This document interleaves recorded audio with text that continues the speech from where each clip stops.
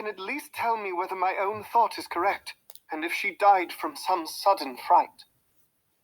No, I do not think so. I think that there was probably some more tangible cause. And now, Miss Stoner, we must leave you, for if Dr. Roylott returned and saw us, our journey would be in vain. Goodbye, and be brave, for if you will do what I have told you, you may rest assured that we shall soon drive away the dangers that threaten you. Sherlock Holmes and I had no difficulty in engaging a bedroom and sitting room at the Crown Inn.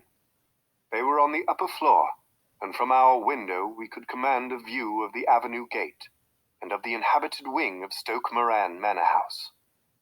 At dusk, we saw Dr. Grimsby Roylott drive past, his huge form looming up beside the little figure of the lad who drove him.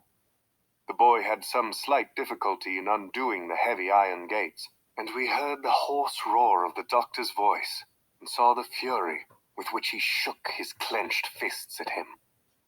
The trap drove on, and a few minutes later, we saw a sudden light spring up among the trees as the lamp was lit in one of the sitting rooms. "Do you know, Watson," said Holmes as we sat together in the gathering darkness, "I have really some scruples as to taking you tonight. There is a distinct element of danger." "Can I be of assistance?" "Your presence might be invaluable." "Then I shall certainly come." "It is very kind of you." "You speak of danger. You have evidently seen more in these rooms than was visible to me." "No, but I fancy that I may have deduced a little more. I imagine that you saw all that I did." "I saw nothing remarkable save the bell rope, and what purpose that could answer, I confess, is more than I can imagine." "You saw the ventilator, too?" "Yes, but I do not think that it is such a very unusual thing to have a small opening between two rooms. It was so small that a rat could hardly pass through." "I knew that we should find a ventilator before ever we came to Stoke Moran." "My dear Holmes!" "Oh, yes, I did. You remember in her statement, she said that her sister could smell Dr. Roylott's cigar. Now, of course, that suggested at once that there must be a communication between the two rooms. It could only be a small one, or it would have been remarked upon at the coroner's inquiry. I deduced a ventilator."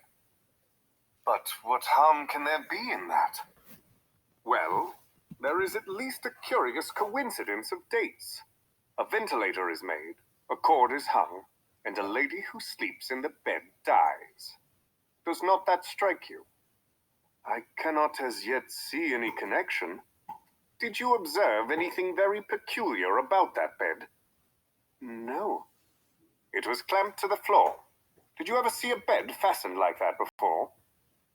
"I cannot say that I have." "The lady could not move her bed. It must always be in the same relative position to the ventilator and to the rope, or so we may call it, since it was clearly never meant for a bell pull." "Holmes," I cried, "I seem to see dimly what you are hinting at. We are only just in time to prevent some subtle and horrible crime." "Subtle enough and horrible enough. When a doctor does go wrong, he is the first of criminals. He has nerve and he has knowledge. Palmer and Pritchard were among the heads of their profession. This man strikes even deeper. But I think, Watson, that we shall be able to strike deeper still. But we shall have horrors enough before the night is over. For goodness sake, let us have a quiet pipe and turn our minds for a few hours to something more cheerful." About 9 o'clock, the light among the trees was extinguished, and all was dark in the direction of the manor house. 2 hours passed slowly away, and then, suddenly, just at the stroke of 11, a single bright light shone out right in front of us.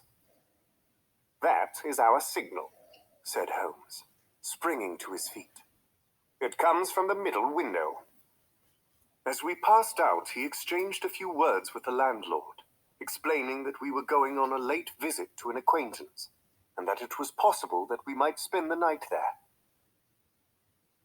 A moment later, we were out on the dark road, a chill wind blowing in our faces, and one yellow light twinkling in front of us through the gloom to guide us on our somber errand. There was little difficulty in entering the grounds, for unrepaired breaches gaped in the old park wall. Making our way among the trees, we reached the lawn, crossed it, and were about to enter through the window, when out from a clump of laurel bushes there darted what seemed to be a hideous and distorted child, who threw itself upon the grass with writhing limbs, and then ran swiftly across the lawn into the darkness. "My God!" I whispered. "Did you see it?" Holmes was for the moment as startled as I. His hand closed like a vice upon my wrist in his agitation. Then he broke into a low laugh and put his lips to my ear. "It is a nice household," he murmured. "That is the baboon." I had forgotten the strange pets which the doctor affected. There was a cheetah, too. Perhaps we might find it upon our shoulders at any moment. I confess that I felt easier in my mind when, after following Holmes's example and slipping off my shoes, I found myself inside the bedroom.